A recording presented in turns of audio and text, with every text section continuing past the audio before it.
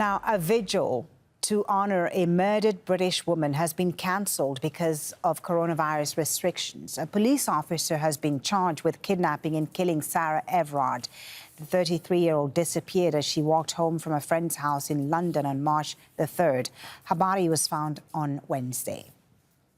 Like everybody, I'm shocked and appalled about the news from the Met about Sarah Everard. And I think that the whole country will be united in their feeling for her friends, her family, and will share their shock and their grief. And I can see and I totally understand why this has triggered such a wave of feeling on this issue, on the issue of safety of women and safety of the streets. And I want to echo very much what Priti Patel said, which is that no woman should walk our streets in fear. Every woman should feel able to walk our streets in safety. Well, Sarah Everard's killing has ignited an international conversation about women's safety. Thousands of women have spoken of the harassment and fear they face on a daily basis. One of the most widely shared has been this post from Harriet Johnson, who writes, "Every woman you know has taken a longer route, has doubled back on herself, has made a fake phone call, has rounded a corner and run. Every woman you know has walked home scared. Every woman you know." Now, there's also widespread anger that for years the conversation has been about women changing their behaviour to stay safe as opposed to shifting the responsibility onto men. Georgia Ladbury tweeted, "Women in my area have been advised not to go out alone. How about we urge men not to go out instead? Say a curfew at nightfall." Well, some men are listening and taking part in the conversation. Jay Perry shared how he tries to be super conscious when he walks behind women at night, even crossing the street to ward off any anxiety they might feel. Then he asked for advice on how to be a better ally. A survey released this week from UN Women UK shows the scale of the problem. More than 70% of women and girls in Britain say they've experienced sexual harassment in public spaces. 45% said they didn't believe reporting the issue would help change anything, and it's truly global. In some cities around the world, 9 out of 10 women say they feel unsafe in public spaces. Well, let's speak to Femi Otitoju about this. She is training director at Challenge Consultancy in London, an organisation that works to further equality for women and diverse groups. And she's also part of the Million Women Rise campaign and is joining us via Skype. Very good to have you on Al Jazeera, Femi. So as we've said, the killing of Sarah Everard has certainly put the spotlight once again on violence against women, and we're seeing a lot of women in the UK, around the world, speaking out about the fears they face on a daily basis. How is this helping, you think? Is this going to be a turning point? I hope this is going to be a turning point. I think it has to be. Women have had enough now. The numbers are not going down. We're still seeing male violence being the leading cause of premature death amongst women. And it's not just a UK problem, this is a global problem. And that's why our campaign, like the Million Women Rise movement, started by Sabrina Qureshi, is a global movement. When we had our rally last week, we had literally women from all over the world. There has to be change now.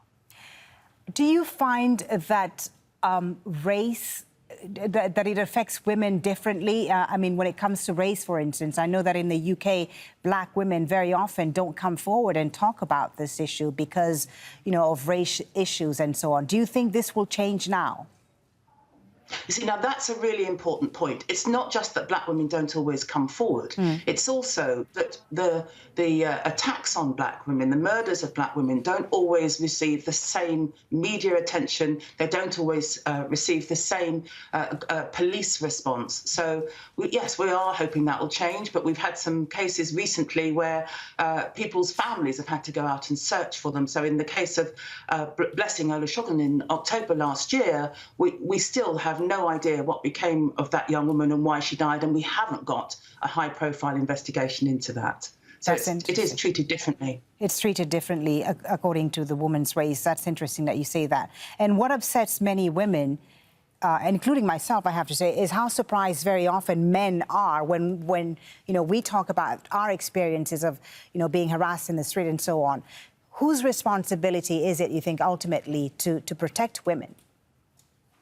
I think it's madly interesting that men are surprised when they hear about how frightened women are to go out alone. Who are these men living with and who are they talking to? Because every single woman knows the feeling of being frightened.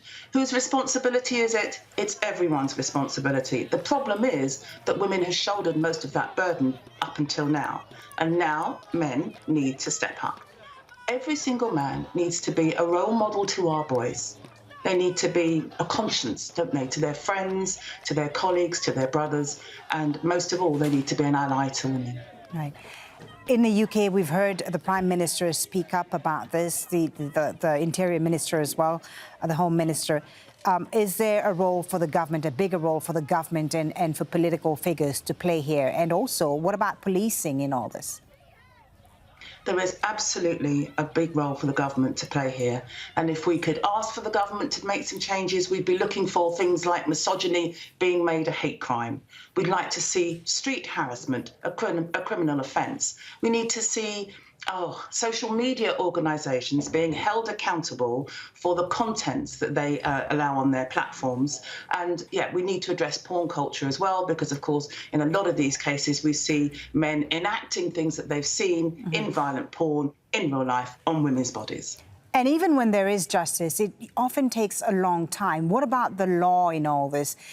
Very often it's up to women to it takes a long time for the process to go forward. So many women don't want to speak about it and don't want to go ahead with it because it takes so long.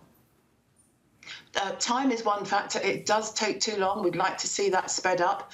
Also, the conviction rates are really low. And in addition, juries often don't have the background information and knowledge that's needed in order to be able to deal with these cases effectively. So we do need to see more professionals on juries in these kinds of cases. There's a lot that the law can do. Thank you so much for talking to us about this, Femi Otitoju from the Challenge Consultancy in London. We appreciate your time. You're very welcome. Thank you.